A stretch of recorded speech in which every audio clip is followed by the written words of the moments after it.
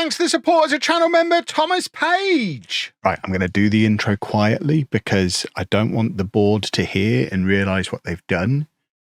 They've given me an extra £1,000 a week of wage budget. So we're going to spend it really quickly before they notice and try and take it back. Hello and welcome to part 84 of Wembley to Wembley. I'm Kevin. Coming up on today's episode, it is our season review and transfer special at the end of the 2034-35 season. I'm getting old in this save now, unlike in real life when I'm still very much a spring chicken. We'll start things off with the season review as we always do. Then we'll work out how we're going to spend this extra £1,000 a week. So, signing of the season, Lorenzo Perini. Can't really argue with that. Came in, first choice goalkeeper, was great. Only did a 6.87. So once again on here, I mean, I guess less so than usual. The guys with the higher ratings actually barely played. So I guess, I mean, that's more reflective of where we finished, I think, than it being a poor batch of signings. I mean, for the money that we had, I think we assembled a very good team. That's why we were able to finish mid-table. But there's definitely improvements that we can make, especially with some extra money to make them. We were supposed to attempt to avoid relegation, so we were supposed to get relegated. We finished 13th. We don't come close to filling Dulwich Hamlet's ground, although an average home attendance of nearly 500 is much higher than it's been previously. I don't know if we make any money on that or if it all goes to our host club or how it works. We certainly don't seem to have increased our income at all, as demonstrated by the finances. Sponsorships are up slightly. That's nice. There you go. A new one-year deal worth £13,500. I can tell you this for free, boys and girls. I'm not sponsoring buttocks anymore in that environment. Goodness me. Broadcast revenue doubled as well. The good old National League TV deal at 14 grand. We were on telly like 3 times as well. That seems very unreasonable. Corporate and hospitality, competition prize money, match day revenue, all down because we didn't have a cup run. We just played the one match in the FA Cup and got knocked out. And we still sell so little merchandise that it doesn't even list who's buying shirts. Interesting that somebody outside of the UK has spent £11 on merch with us. I feel like it's not worth us having an international website they can buy from if they're only going to spend 11 quid. That might be where the money's been going all this time. This was the team of the season. Perini in goal. A back four of Salinas, Robinson, Wiles and Fletcher. Robinson, t'other one at the base of the midfield. Bolin and Damon ahead of him. Bolin has now moved from the club. He went to Dartford. So that's one of our best players gone. Hayball on the right, Scowen on the left. Really shows where the season went wrong, not having wingers despite playing with them, and Larkin up front. Fans Player of the Year, Scowen. Scowen is very quickly becoming one of the heroes of the save. He's been here 4 years. He's played in every position apart from in goal at this point, I think, and he's just had his best season of his career playing largely out of position in the National League. So good work, Blaine Scowen. What a man. Perini got Young Player of the Year despite being 24, along with his signing of the season. Larkin, top scorer on 12, is very sad. Scowen, top assists on 11. Most man of the matches to Perini on 5, and highest average rating was also Scowen on 6.9. Goodness me. Kelvin Hayball has been the naughtiest boy in the history of the club. Tom Best extended his own record as all-time top scorer up to 97 goals before becoming our coach driver, and Hayden Carter is our oldest ever goal scorer at 35 years old. What an ancient old man. Farewell to a favourite. I bet Tom Best never got a farewell to the favourite when he left. It's very upsetting. 2 players with lofty reputations. The names included Tom Best and Evan Rowland, signed on the dotted line for Kevin Chapman for free. Lofty reputations? I mean, I guess Best, in terms of Wembley, is quite lofty. Our all-time best 11, Jacob in goal, who's now playing for Dorking he's now signed to Dorking in the National League on more money than any player in the history of our football club has been on. That's a backup keeper at Dorking. That says it all about the uphill battle that we've got. Chadder at left back. Chadder at left back, who is now retired. Larson, who's still playing in Sweden. Leo Young, complete with his spectacles, still at Biggleswade, and Josh Gray, we know, retired years ago now. Les Giles on the left-hand side of midfield. Sean Martin, one of the original four pillars, is still going. We've got to make it a goal to sign a midfielder who knocks Martin out of the all-time best 11. The fact he's still in there is alarming. Scowen's now alongside him with Best on the right. And then up front, it's McLennan, who went to Dartford and didn't exactly tear things up for them, did he? And Anton Canava, who, of course, as we know, is retired. But as mentioned in the intro, we've got money. It's not quite a full extra 1,000. I think we had about 2,700 as our budget last year, but 3,300. It's not far off, and it does allow us to go out and sign some more players. There's not a huge number of these boys who are out of contract. We've got Clark is on a non-contract. Carter's retiring. Cabrelli will be leaving anyway because he's our third choice keeper. Rowlands was an emergency signing that we'll probably let go and bring in a young keeper on less money. And Undong is the one that we need to make a decision on. But he didn't really play last year. Then, of course, we lose the loans. But everybody else is here next season unless we sell them. So that's a core of the squad of 16 players, and it's largely the 16 who played the most games last year. If we sort it by games played, you can see, apart from adding in the loans as well, the guys who are out of contract are the guys we barely used. So we have our core of 16 players, which we'll be spending £2,600 on, which gives us £700 a week. So 3 or 4 players to get our squad up to 20. And then if we can get another 3 or 4 loans who are better than the players that we've got, which is asking for a lot, we could really start to improve this team and maybe even sneakily, and we'll say it quietly, put together a team that could maybe pull off a playoff push, because we only finished 14 points outside the playoffs last year without any attackers, basically. So let's see how we can get on. Now we've actually got a little bit of money to spend, eh? So we've made it through to the 1st of July. A couple of players have left the club. Cabrelli went to rugby. Joe Lowe, who was on £140 a week for another year, we've managed to move him onto Cheshunt, solving one of the mistakes that we made last summer when we signed about 8 defenders. We've not been able to bring anybody new in yet, but some contracts have expired. Loans have gone back to parent clubs, and we've also extended a couple of contracts. Most controversially, potentially, Harry McCormick, who fell out with me last year and ended up going out on loan, but was quite good before he did. I've extended his contract on a pay cut. The extended contracts are on pay cuts. Damon is another one who has had an extra year put on. He's now here for 3 years. Stepney Damon, which I may have thought it was a 2-year contract when I gave it to him. Although, to be fair, he's got loads of potential. We might sell him for money one day. We've accepted an offer for Brogan Matthews on a free transfer, so he should be on his way out. We've offered Nigel Hughes out. Ashley Clark is going to be released from his non-contract because he's rubbish.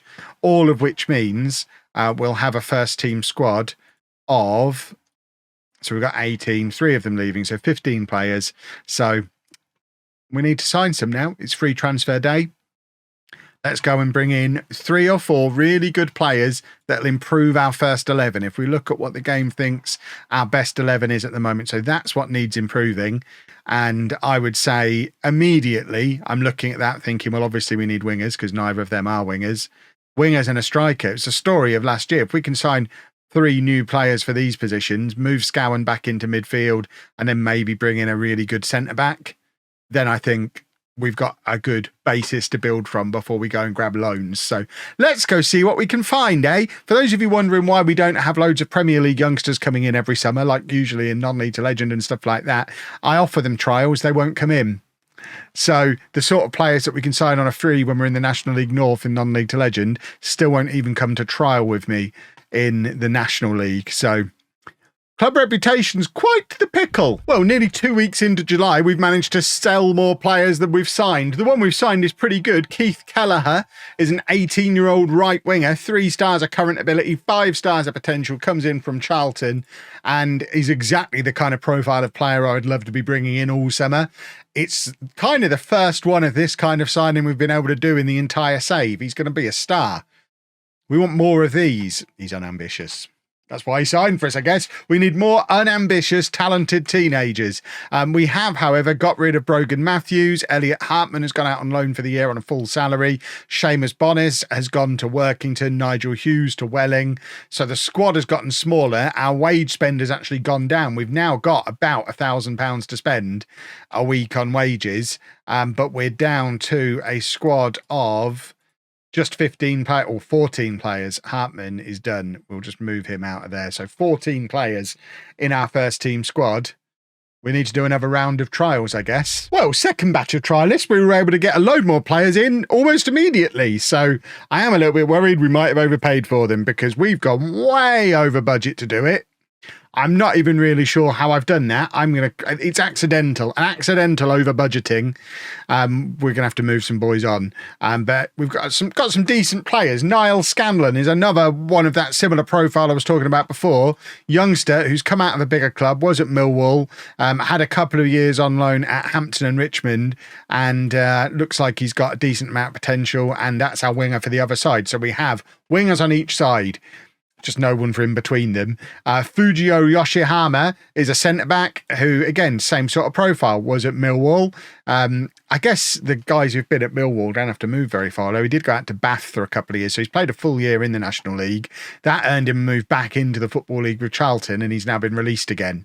And then we've got Matthew Murray, who's a defensive midfielder who can also play central midfielder, centre-back, even right midfield. And he's formerly of Dundee and Bognor Regis Town. That is going from one extreme to the other, housing location wise. And then we've got an old man, Sammy Robinson is a 33-year-old right back, just a basic right back, but with plenty of experience at this level and above. I mean, he's had years playing in the Football League, former Manchester City youngster as well, and he slots straight in as a proper right back for us. So our squad now certainly isn't what I would call is finished, but all we can do now is loans, and there's not even anyone we can really get rid of to try and free up squad space. So we've got Perini and Rowlands as our goalkeepers. Happy with that, although Rowlands quite expensive for a backup keeper, but there's not a lot we can do about it. At left back, we don't really have one, which is a problem. I mean, Hayball is accomplished there and might end up being our left back. Charlie Robinson is a centre back who can sort of play left back if need be, but we don't really have a left back. Right back, we've obviously got Scowen who can play everywhere. Robinson, who's just come in with a view to being the starting right back. And then Hayball, who's probably going to be at left back. McCormick, who's a centre back. We've got a selection of centre-backs. Wiles, Yoshihama, probably going to be the starters. McCormick and Robinson as backup. And then Big Robinson. We've got Little Robinson and Big Robinson. Ironically, Big Robinson smaller than Little Robinson. And Murray, who's a midfielder, but probably not going to play centre-back for us. As our defensive midfielders, we've got the choices of Robinson or Murray, with McCormick, who can play there but won't.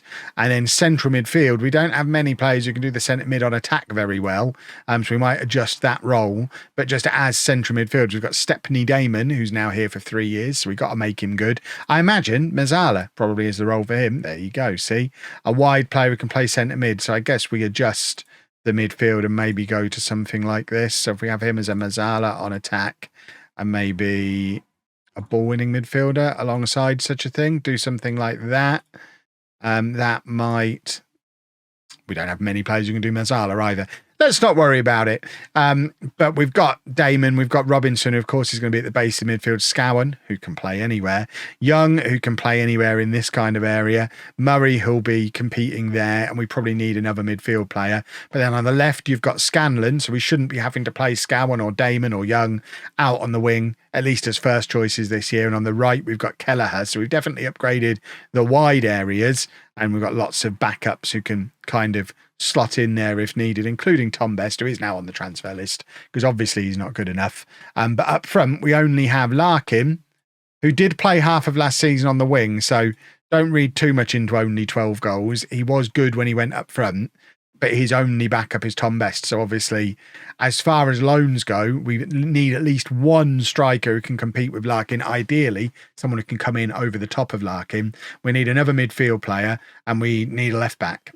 And there are our starting points, and we'll see where we can go from there. As far as moving some players on to try and free up some money, I guess Undong, who's a non-contract, I guess we cancel his non-contract. to free up some cash. It's a little bit harsh on him, but we don't really need him. Now we've got Kelleher, so that's his non-contract cancelled.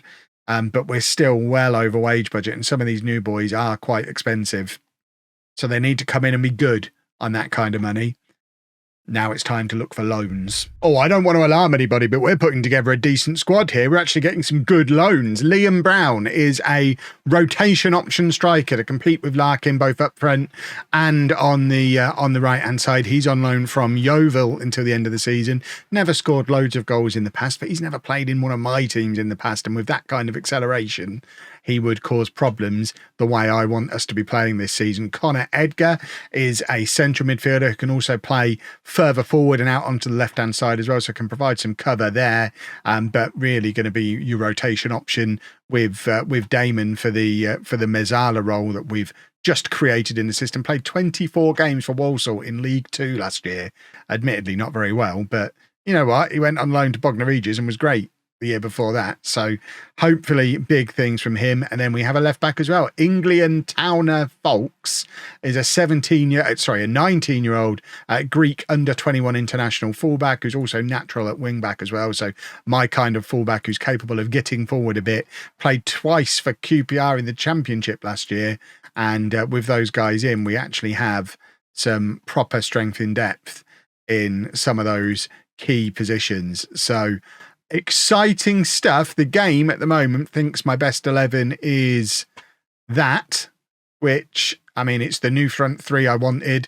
It's something new coming out of central midfield and a stronger looking defence. So that's a big change. I don't know that that's necessarily the system we'd be going, the players we'd be going with. I think Larkin being dropped is probably a little bit harsh. We'll let Brown ease his way in, but that's looking like a pretty solid team. And it's not even the start of the season yet. We've not even finished playing all our friendlies yet. Normally, we're still scratching around for our loans by September. But I'm happy with that as a squad now. Yes, we're a little bit over wage budget, but we're going to pretend that didn't happen. And I'm pretty sure I'm done unless we stumble across some loans that are going to improve us elsewhere in the team as well now. Usually when I feel this good about a transfer window, the season goes wrong. So I am alarmed. We have a look at what the media think. They don't think we're going to be rock bottom. So we're better than we were last year. So we are improving the squad, but they do still think we'll get relegated. Excellent. Well, we've squeezed one more loan in. Liam Brown's picked up an injury, so he's going to miss the first month of the season. Use your words, Kevin. So we've signed Matthew McLeod on a 1 month loan rather than using all my long-term loans, especially on Scottish players you can only get on 6 month loans for some reason. So you can't really do a long-term loan. I've just taken him for a month on a short-term loan. Goodness me, does he look like the kind of player I would like around for the full season? But the most we could get him for is 6 months. If he comes in and scores 3 goals in his first 4 matches, then we might just see about constantly renewing his loan over the course of the season. I don't even know if that's going to be possible. But he is in to provide a little bit more cover. We've also been doing some tactical work off the pitch, doing some coaching. So we have our team for the season, which is this. We're putting our fullbacks on automatic instruction. I'm still playing with fullbacks. See, actual fullbacks, we still want them to defend, but when we push forward, we want them to attack. So we'll try automatic. I've not used it for years. I'm having fun playing with tactics. But this, I think, is going to be certainly what we start the season with. It's what we finished last year with that was working quite well with the new boys out wide and in the other key positions like the attacking central midfielder. But we've also finally decided to get some gegenpresses training. We've got a 4-2-4 and a 4-2-3-1. I still don't think it's the kind of thing that we could do all the time. We're part-time in a sea of full-time clubs. Fitness is going to be a problem, but I think when it's needed, we might need to throw it out there. So it's being trained. I think we have the players that could do it now. We've got some mobile, fast players, certainly in the front three, who could actually close down and do some pressing. These three, I think, very much could do that, as could Brown. And I think if we were to have all 4 of them on and Gagan pressing in a 4-2-4, so Brown up with Larkin, I think that could actually be quite effective. Like I said, I don't think we can do it all the time. So this is the primary tactic. We'll switch to them if we need to, but I think this is what we're going with for the new season. So fingers crossed we start well. Who do we play? Oh, let's see, we're up to 22nd now as a prediction. We're better than Port Vale, apparently, which is very interesting. We play Solihull and Worthing, so fingers crossed in tomorrow's episode, we start the season, couple of wins, go on a promotion push. I'm feeling good about the season. Please let this team be as good as I think it might be. If you've enjoyed that, please make sure you leave a nice big thumbs up on there for me. Subscribe to the channel for daily Football Manager videos. And thank you very much for watching.